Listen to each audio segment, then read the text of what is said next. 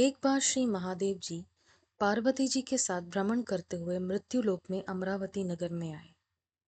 वहां के राजा ने एक शिव जी का मंदिर बनवाया था। शंकर जी पार्वती जी के साथ वहीं ठहर गए। एक दिन पार्वती जी शिव जी से बोली, नाथ, आइए हम आज चौसर खेलें। खेल प्रारंभ हुआ। उसी समय पुजारी पूजा करने को आए। पार्वती जी ने पूछा, पुजारी जी, बताइए जीत किसकी होगी। पुजारी जी ने बिना सोचे समझे कहा कि भगवान भोलेनाथ ही जीतेंगे। किंतु अंत में जीत पार्वती जी की हुई। पार्वती जी ने मिथ्या भाषण के कारण पुजारी जी को कोढ़ी होने का श्राप दे दिया। पुजारी जी कोढ़ी हो गए। कुछ दिन बाद देवलोक की अप्सराएं पूजन के लिए आईं और पुजारी जी को देखकर उन्हें उनके कोढ़ी होने का कारण पूछा। पुजारी जी ने सब बातें बतला दी। अप्सराएं बोली, पुजारी जी आप 16 सोमवार का व्रत करो, महादेव जी आपका कष्ट दूर करेंगे। पुजारी जी ने उत्सुकता से व्रत की विधि पूछी। अप्सराओं ने पुजारी को 16 सोमवार व्रत की विधि बताते हुए कहा, सोमवार के दिन सूर्योदय से पहले उठना, फिर स्नान आदि से निवृत्त होकर स्वच्छ वस्त्र धारण कर लेना। इसके उपरांत आधा सेर गेहूं के आटे का चूरमा बनाकर उसके 3 भाग कर लेना। फिर भगवान शिव की प्रतिमा के समक्ष घी का दीपक जलाकर गुड़, नैवेद्य, फूल, बेलपत्र, चंदन, अक्षत, जनेऊ का जोड़ा लेकर विधि विधान प्रदोष काल में भगवान शिव की पूजा करना। पूजा के बाद गेहूं के आटे से बनाए गए चूरमा के 3 भाग में से एक भाग भगवान शिव को अर्पित करना और एक आप ग्रहण करना। बाकी भाग को भगवान का प्रसाद मानकर सभी में बांट देना। इस विधि से 16 सोमवार व्रत कर 70वें सोमवार को 5 सेर गेहूं की बाटी का चूरमा बनाकर भोग लगाकर बांट दें। फिर सर्व कुटुंब प्रसाद ग्रहण करें। ऐसा करने से शिव जी आपके सारे कष्ट दूर करेंगे। यह कहकर अप्सराएं स्वर्ग लोक को चली गईं। पुजारी जी यथाविधि व्रत कर रोग मुक्त हुए और पूजन करने लगे। कुछ दिन बाद शिव जी पार्वती जी पुनः आए। पुजारी जी को कुशल देखकर पार्वती जी ने उनसे रोग मुक्त होने का कारण पूछा। पुजारी जी ने कथन अनुसार पार्वती जी ने व्रत किया। फलस्वरूप कार्तिकेय जी पार्वती माता के आज्ञाकारी हुए। कार्तिकेय जी ने भी माता पार्वती से पूछा कि क्या कारण है जिससे मेरा मन आपके चरणों में लगा। पार्वती जी ने वही व्रत बतलाया। कार्तिकेय जी ने भी व्रत किया। फलस्वरूप उनका बिछड़ा हुआ मित्र मिला। उसने भी कारण पूछा और बताने पर विवाह की इच्छा से यथाविधि व्रत किया। वह विदेश गया। वहां के राजा की कन्या का स्वयंवर हो रहा था। राजा का प्रण था कि हथनी जिसके गले में माला पहनाएगी उसी के साथ पुत्री का विवाह होगा।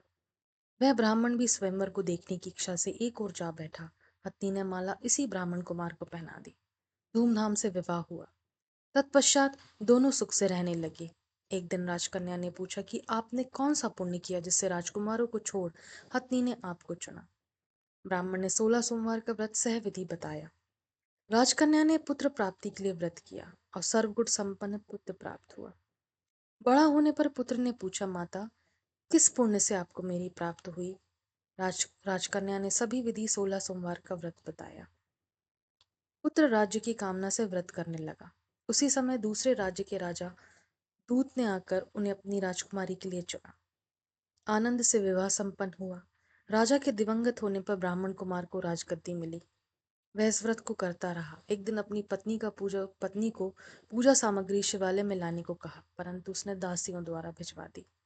जब राजा ने पूजन समाप्त किया तो आकाशवाणी हुई, इस पत्नी को निकाल दे, नहीं तो तेरा सत्यानाश कर देगी। प्रभु की आज्ञा मान उसने रानी को निकाल दिया।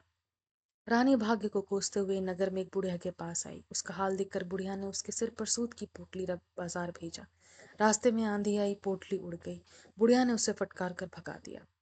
वहां से तेली के यहाँ पहुंची तो सब बर्तन चटक गए। तेली ने भी निकाल दिया। पानी पीने नदी पहुंची तो नदी सूख गई। सरोवर पहुंची तो हाथ का स्पर्श होते ही जल में कीड़े पड़ गए। उसी जल को पीकर आराम करने के लिए जिस पेड़ के नीचे जाती वह सूख जाता। वन और सरोवर की यह दशा देखकर ग्वाल उसे मंदिर के गुसाई के पास लेकर गए। उसे देखकर गुसाई जी समझ गए कि ये कुलीन अबला विपत्ति की मारी हुई है। धैर्य बनाते हुए बोले, बेटी तू मेरे यहाँ रह, किसी बात की चिंता मत कर। रानी आश्रम में रहने लगी, परंतु जिस वस्तु पर उसका हाथ लगे उसी में कीड़े पड़ जाए। तो की हो गोसाई जी ने पूछा, बेटी किस देव के अपराध से तेरी ये दशा हुई है?